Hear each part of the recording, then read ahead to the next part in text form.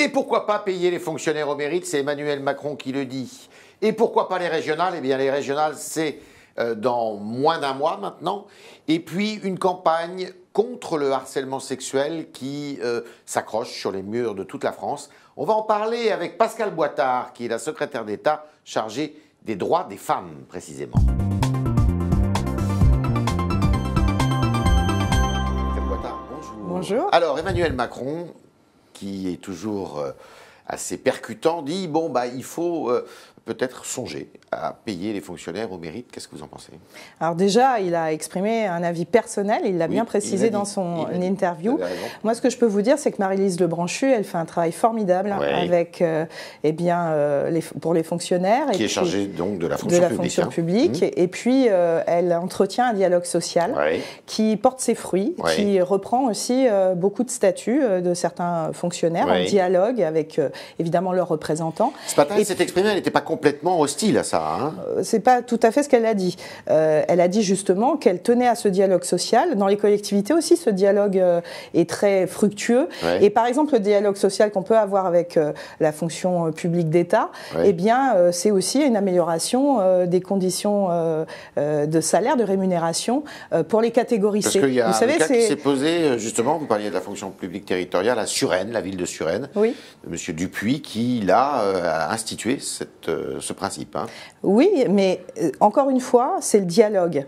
Dialogue avec les représentants. Vous êtes pour ou contre? Moi, je suis pour une fonction publique qui est valorisée. Je suis pour une fonction publique qui est au service des citoyens. Donc, il faut voir les conditions, mais vous êtes plutôt pour? Non, c'est pas ce que je dis. Donc, vous ne me ferez pas dire ce que je ne dis pas. Ce que je dis, c'est que le dialogue qui est entretenu aujourd'hui par Maryse Lebranchu porte ses fruits. Pour valoriser d'abord l'action des fonctionnaires sur le terrain. Et j'aimerais bien que ce qui se dit sur les fonctionnaires, comme le défend Maryse Lebranchu, soit plus mis en avant. Parce que, vous savez, aujourd'hui, avec la crise qui est celle qui vit dans notre pays, malheureusement, eh bien, c'est extrêmement utile pour des populations en difficulté d'avoir des fonctionnaires à leur service. Madame Boitard, on valorise le travail des fonctionnaires comment?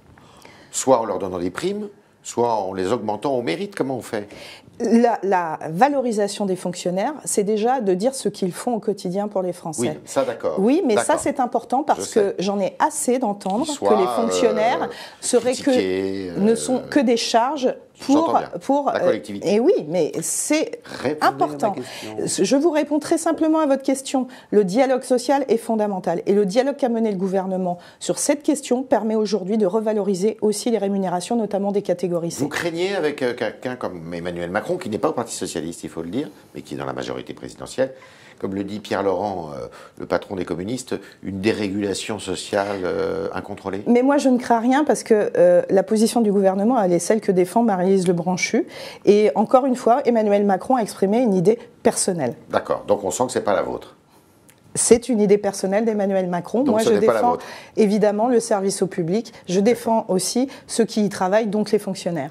Est-ce que là, il n'y a pas un risque? On sent qu'il y a quand même deux discours, même si on parle à titre personnel, de fracture à l'intérieur de cette majorité. On le sent quand même, c'est évident, entre ceux qui sont comme Macron, peut-être Valls de temps en temps, Le Gouen, plutôt sociaux-libéraux, on va dire, même si ça ne veut pas dire grand-chose, et puis d'autres qui sont sur des... C'est vrai ou pas? C'est ça? Non, il n'y a pas d'autres comme Madame Lebranchu. Il n'y a pas de fracture, vous savez, il suffit juste vous arrivez à de vous voir... entendre? Mais écoutez, moi je travaille avec tout le monde et vous savez que les droits des femmes, c'est une politique transversale. Donc je travaille avec tous les ministres et je travaille très bien avec tous les ministres et je suis aussi soutenue par le Premier ministre pour ce que je peux faire. Et encore une fois, mais c'est pas un risque ça? Cette fracture, quand même, le public l'entend, cette fracture, l'opinion publique l'entend. Mais il n'y a pas de fracture. Il y a des moments où certains ministres émettent des avis personnels qui n'engagent en aucune façon le gouvernement. Est-ce que c'est bien malin de faire ça? Alors, on va aller plus loin, à quelques semaines des élections régionales. C'est pas une question d'élection. Pour votre électorat. C'est pas une question d'élection.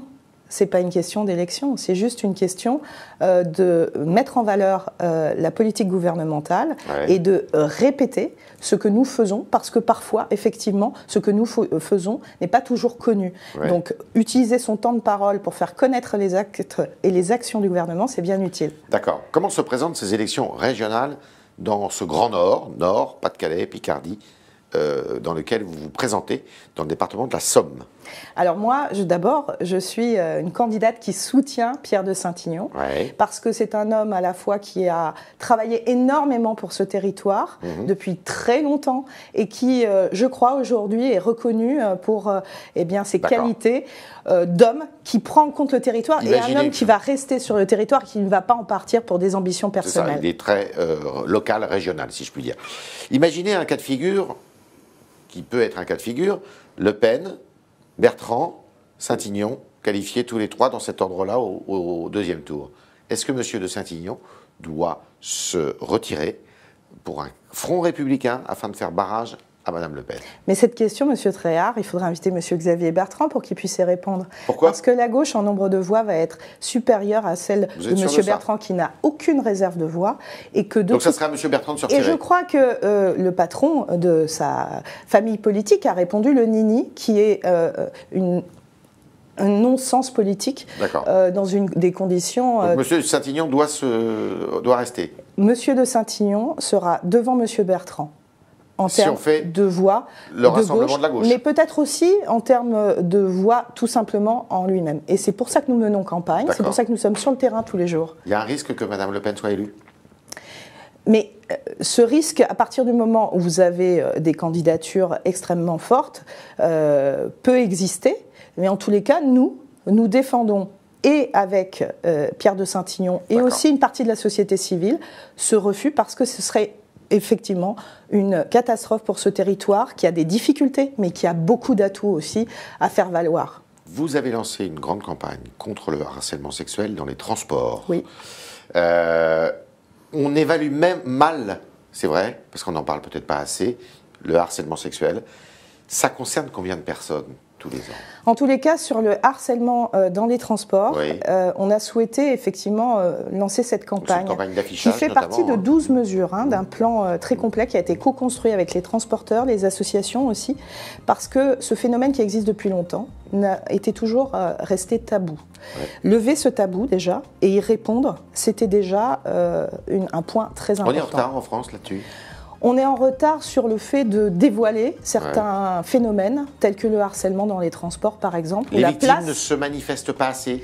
Elles ne se manifestent pas suffisamment. Pourquoi? Parce qu'on leur a fait comprendre que c'était un désagrément de leur quotidien.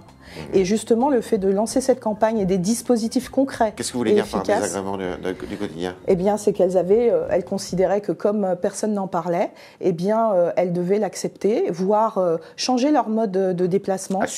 Assumer, seules. Et elles pensaient qu'elles étaient seules. Donc là, c'est pour les encourager à porter plainte? Alors déjà, pour les encourager à porter plainte, dire aux agresseurs qu'ils risquent beaucoup. Combien? Alors, par exemple, une main aux fesses, c'est de 7 ans de prison jusqu'à 75 000. Il n'y a pas de vide juridique là-dessus, ça y est, on est... Ah, mais ça, les lois existaient. D'accord. On n'a pas légiféré. Il faut les appliquer. Il faut, dans la mesure de possible, que les femmes puissent déposer plainte. Et puis, par exemple, en Ile-de-France, vous avez une brigade qui est spécialisée sur la lutte contre les violences sexuelles dans les transports en commun. Je les ai rencontrés encore hier. Ils font un travail formidable. C'est quoi? C'est des policiers ferroviaires ou... C'est la police ferroviaire? La police nationale, qui a une brigade spécifique en Ile-de-France et qui ont de bons résultats et dont les auteurs, évidemment, sont lourdement condamnés. Alors, prenons l'Île-de-France, combien de cas par jour? Cas par jour, je ne peux pas vous dire parce qu'aujourd'hui, on est dans la révélation de cette parole. C'est plusieurs centaines, par exemple? C'est du quotidien. Alors, c'est d'un acte qui peut être une insulte jusqu'à, évidemment, une agression sexuelle beaucoup plus grave, bien évidemment. En tous les cas, aujourd'hui, les femmes savent que nous sommes à leur côté, qu'elles ne sont plus seules.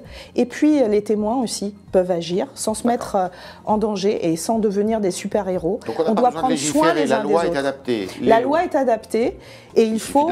Et moi, je remercie les transporteurs d'avoir été à mes côtés pour justement bâtir ce plan de lutte contre le harcèlement dans les transports. Deux petites dernières questions. La première, il paraît que les magistrats sont assez furieux de la nomination de votre chef de cabinet à la présidence du TGI de Pontoise. Mais écoutez, vous m'apprenez qu'ils sont furieux. Oui. En tout cas, c'est une femme d'une Parce grande qu'elle est nommée à un très haut niveau alors qu'elle est jeune, enfin, elle n'a pas l'expérience. Bon. Alors parce qu'on est femme et qu'on est jeune, on n'a pas le droit de prendre de grandes... Non mais moi je vous le dis, on n'a pas le droit de prendre de grandes responsabilités. Ouais. Moi je vais vous dire, c'est une femme de grande qualité. D'accord. Et qui, parce qu'elle a été à mes côtés, nous avons pu en moins d'un an mettre en œuvre la loi du 4 août 2014, qui est une loi extrêmement difficile à mettre en œuvre parce qu'elle est extrêmement transversale et c'est parce que je l'ai eu à mes côtés qu'on y est arrivé. Loi du 4 août 2014 ? Oui.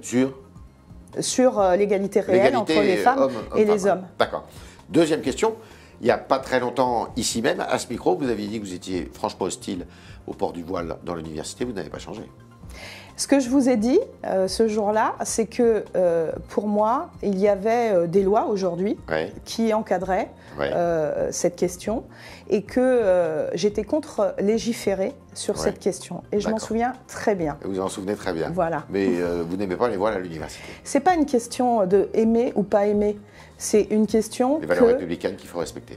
Oui, mais dans l'université, c'est autorisé. C'est autorisé. Oui. Vous êtes d'accord avec moi?